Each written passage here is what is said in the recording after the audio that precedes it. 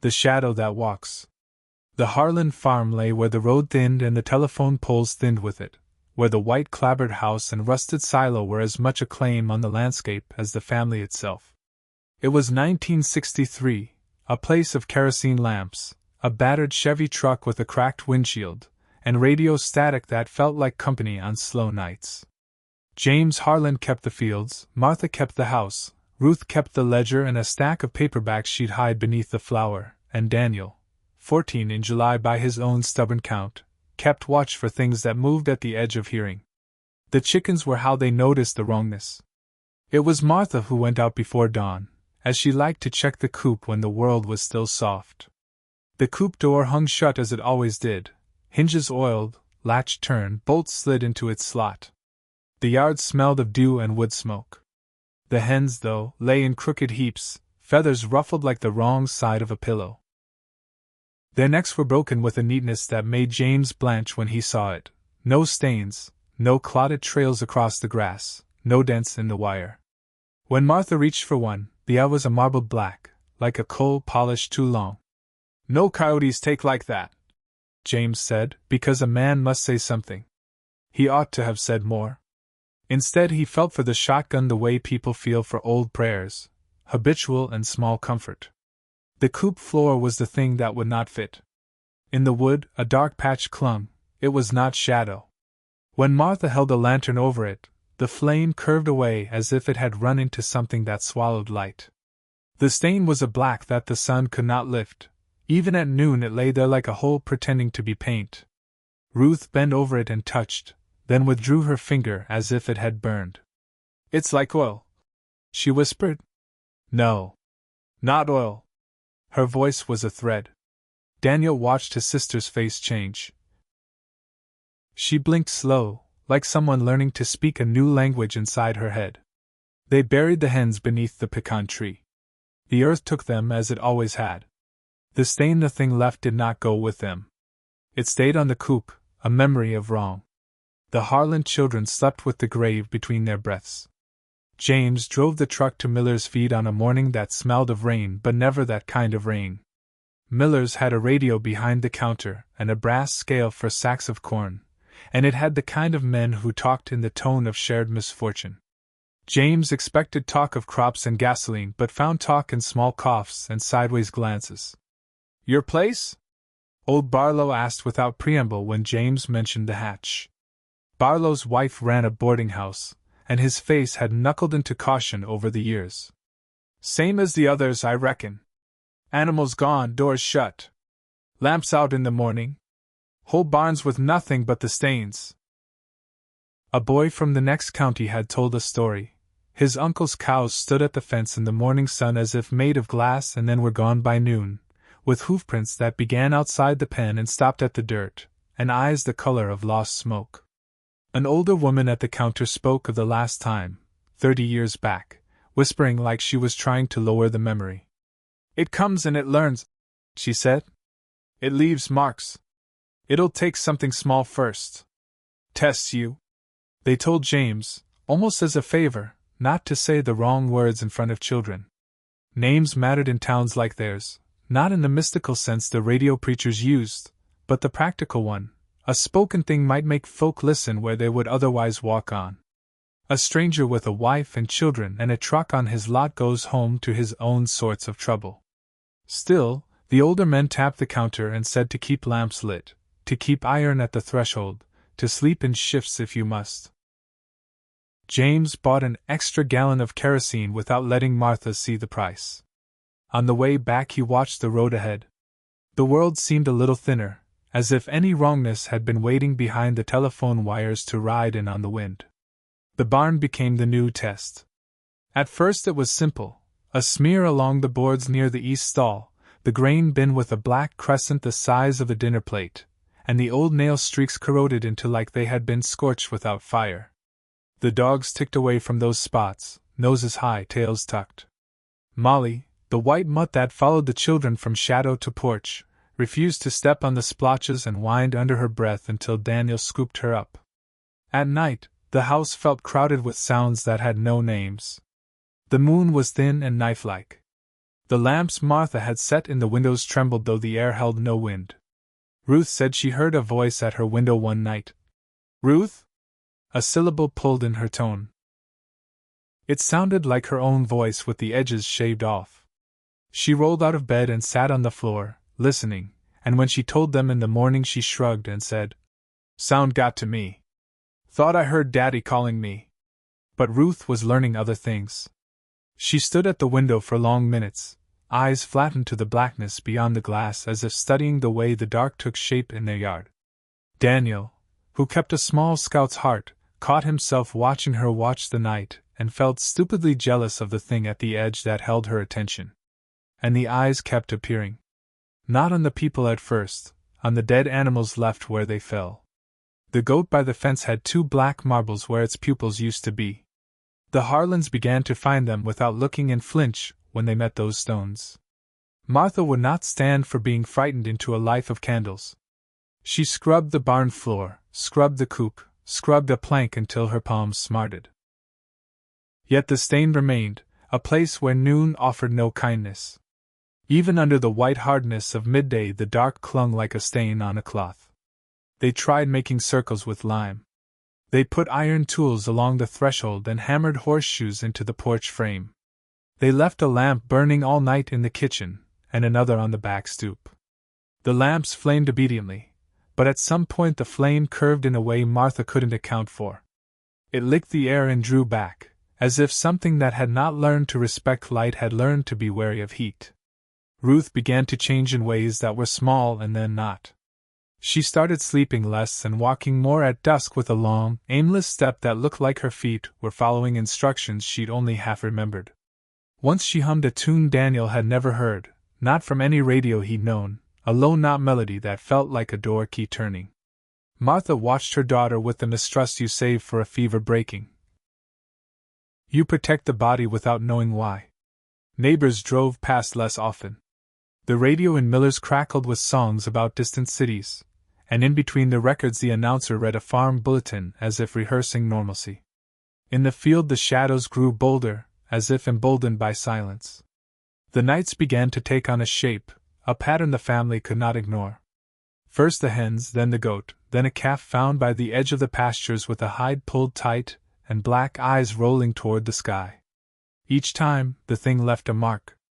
The black spread like mold beneath the wood, across stone, around the rim of a watering trough. When James would slap his hand across a stain it left a heatless burn on his palm, an ache like the memory of frostbite. A week after Miller's warnings the Harlens woke to find old Reed's place across the road empty. Reed's porch chair sagged in the morning sun, a half-smoked cigarette lay on the railing, and the back door had been shut from the inside. No footprints marred the yard. The milking pail was on the floor, lids off, and a black smear stabbed every doorway. The dogs fled when they nosed the threshold. People took to muttering the town's old stories in quieter corners, the way a shadow could learn to walk like a hand learns a glove. "Treat it like a living thing," someone said. "It wants to grow into your life." Others rolled their eyes and said the government would do something or the weather would pass. Ruth began to answer in halves. A neighbor's boy stopped by and asked her about the ledger she kept. She replied with the wrong date, and then apologized in a way that frightened even Daniel. He tried to tell James what he'd seen, Ruth standing in the barn doorway at midnight with patches of black arranged around her like a wreath. But James was on the brink of sleep and said to let a child nap. Daniel, who had seen the thing in the field once, a low crouch in the grass like a second shadow, felt his confidence fray. It would be Daniel's secret until he could no longer bear it. He had learned to move by quiet in the night. When the house finally settled, he slipped a jacket over his pajamas and went out to check the truck. He wanted to see the Chevy's hood again because that truck was a muscle that meant escape. If the worst came, he thought, they could leave on the road where telephone poles marched. The truck sat in the driveway, headlights fogged from the October damp. The key was in the ignition because James had been working on wiring all week. The night was a thickness, the barn whispering, the lamp in the kitchen a steady sentry. Daniel squinted into the cab. From the driver's seat, darkness pooled like a second pocket. Then the darkness moved. Daniel saw, with a clarity that lodged in his ribs, a mass of shadow pouring into the engine as if it were oil and the truck were a body meant to be filled. It tasted like watching water sink down the gullet of a man who has no throat. A light blinked on inside the dash. The horn honked once, faint and absurd. The beast was not on the ground. It had slipped into the mechanical thing as if a human might slip into an empty coat. Daniel's breath made a small cloud. He took 2 steps back, and the shadow reached toward him like a thinking thing, fingers only there when you weren't watching. He did not run to wake his parents. He could not. The image of the shadow as it poured had something like a promise in it, that it could get inside small, mechanical things, squeeze the last of their escape until nothing remained. He retreated to his bed with his palms sweating and told himself it hadn't happened, that it was moonlight and his mind tired and the headlines at Miller's. In the morning the truck refused the turn of the key, then coughed and gave up. The wires were fused like black lace. The battery looked as if a stain had eaten through it. On the hood, a crescent of black lay like greasy soot. James cursed under his breath and pushed the Chevy back into the carport. Daniel watched the smear as if it were a wound he had touched. When the truck would no longer take them away, the farm became an island. The telephone wires hummed with a mechanical loneliness. People came by less and then not at all. Miller's noticed fewer customers. The feed deliveries thinned. The town's talk turned inward. Each night the Harlen house learned a new rhythm. How long the lamps could hold, the way the kerosene seemed to breathe itself thin, the way the shadow stains creeped, inches at a time, along the skirting boards. Ruth stopped keeping the ledger. She sat in the kitchen and traced the black marks with the pad of her finger without quite touching, as if she was memorizing their shape. Daniel began to find her standing with palms flat to the wall, eyes unfocused. "It tells me things," she once said, as if explaining a math problem. "It says we let too many doors stay open." Martha slapped her hand away and laughed because laughing is easy and the mind will take any small normal. "Don't be foolish," she said, but when she checked on Ruth at night she often found her still in the dark, listening. The lamps died faster by the week. Daniel kept an hourglass for time, though its sand was useless for anything except the reassuring clack it made on the table. He would take the last of the night shifts because he could, and because sleep made his reality bend and the beast's mimicry sound more like a life than a lie. Sometimes the voice would speak from the back door, his mother's timbre calling for a forgotten jar. He would sit on his boots and refuse to answer, and the sound would fold into the night, satisfied or irritated, he could not tell which.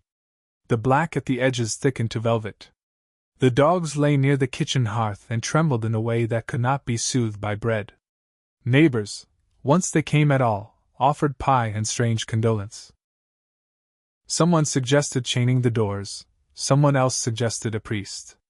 James struck a match, and the flames smoked and curled back at the smell of the dark as if the thing had learned the smell of flame and had no respect for it. The end arrived on a night when the moon hid itself behind a milk-pale fog. The stains had run like rivulets up to the front steps.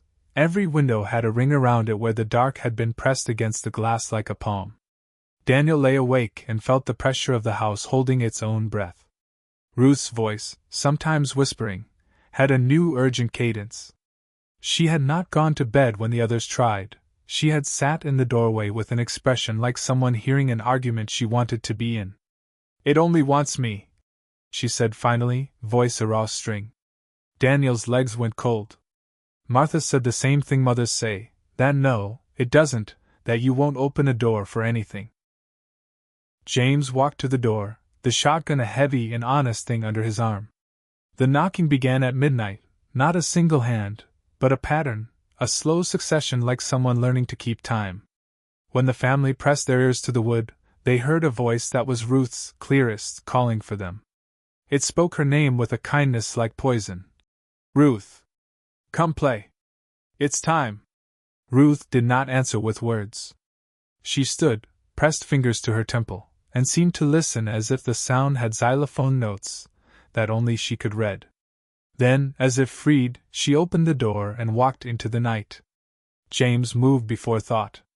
He ran across the porch, torch aloft. The creature rose from the dark like a tide, not a single form but a woven mass that shimmered like oil and smoke, studded with ember eyes that looked everywhere at once. It reached for Ruth with 1,000 soft fingers that were not fingers. She ran into it smiling. Where it touched her skin the black spread like ink. She screamed one note and was gone, swallowed whole into a dark that made even the stars look hesitant. James lunged. The thing slammed into him as if he were a firm door. He tumbled, shoulder cracking on the frame, the torch flying from his hand. It struck the porch and a ribbon of flame licked the air before catching on the loose rope by the step. For a moment the world tasted of copper. Where flame met shadow the fire burned black, not bright, smoke that was colorless and alive, curling in on itself and yet burning as if the dark had teeth. The beast wailed, a sound like the grinding of doors and the wet crack of branches. It turned furious. In its rage it hammered at the house and smashed a kitchen window, claws of ink tearing boards and splintering beams. The porch groaned as if tired old wood had been given new hurt. Martha ran to the back as the thing threw itself on them. In the chaos, she grabbed Daniel and shoved him through the back door toward the pantry, then turned to get James. The house became a mouth full of fire and shadow. James, blood running from his temple, tried to crawl toward the boy. The creature, distracted by the new burn, took the parents. Martha fell, fingers smudged with ash, her mouth forming vowels that meant both pleading and prayer. James' voice was a ragged thing as he called Daniel, but the shadow pressed and would not let them through. The black flames took them with a heat that did not cook but dissolved, their shapes collapsed inward like old cloth. Daniel ran. He did not know where else to go, only that the house behind had turned impossible. He burst into the lane, and did not look back until he reached the cover of the pecan grove, where he fell and watched through tears the house that had been his whole life become a pillar of smoke and a shape that could not be read as one thing. The monster's wail filled the valley, not the sound of death so much as the cry of something furious and trapped. The fire ate at it, the black flame wrapped around the beast like a net. For a time the sound changed, became muffled and then a chiming that grew small. Dawn came thin and gray. The fire had burned in a ring in the yard and flared its last. The farmhouse lay on itself like something spent. Where the black stains had been, the wood was charred, but the stains had deepened into scars the sun could not fix. Among the ruins were charred hands and the impression of bodies. Ruth's voice, when people tried to coax it out later, was a hollow thing. Daniel staggered into town at morning, soot in his hair, a smear of black across his knuckles. He told the story as best he could, the way Ruth looked at the night and walked into it smiling, how his father was thrown back like a rag, how black flames had burned in the air and turned the monster into a thing that howled before being caged in ash. Men at Miller's listened and their coffee cooled, women folded their lips and said God protect us, children huddled at their mother's knees. Some believed him. Some did not. The county inspected the ruins and marked it an accident at first, a lamp overturned, a faulty wire. But the stains remained, a blackness that would not bleach, and the town held its breath differently after that. They watched the road. They kept horseshoes hung in their frames and lamps burning late into the night. Old Barlow told his grandchildren not to whistle after dark. Daniel grew into a man who never quite unlearned how to listen. He married, buried a wife, grew a hernia from hauling wood, and kept a jar of kerosene under his porch until his hands no longer stayed steady enough to light a match. When folks came by in the evenings, he would sit and tell them in a voice that had lost the easy youth of it. It burned when it touched flame, he'd say, tapping the table. You can't hurt it. Burn the stains. Don't open your doors to voices that sound like your own. Keep iron at your threshold. And if you remember nothing else, keep your fire lit. He lived long enough to watch gray hair fade in the faces of a new generation. Sometimes, on a night when the moon had gone coy, he would wake and think he heard a thin, faraway cry that was like the echo of a thing with embers in its teeth. He would check the lamps, though his hands trembled. He would light one and watch how the flame leaned, as if listening. The stains never stopped being there. Some mornings the sun would strike the ruins and the black would seem only ash, but on certain afternoons when the air held like breath, the stain looked as if it had the memory of motion, as if something inside it still practiced the shape of a hand. Daniel kept living with those marks on the world and the ache in his ribs. He kept telling his warning. The town, in its small ways, listened. But people being people, they say the thing is done or they say the thing is not. Daniel could not know if the shadow slept, learned, or loved the habit of returning. He only knew this: the beast had rules, and one of them was patience. Keep your fire lit. Keep your doors shut. Teach the young to name the inside and the out. Never, ever answer your own voice at the window.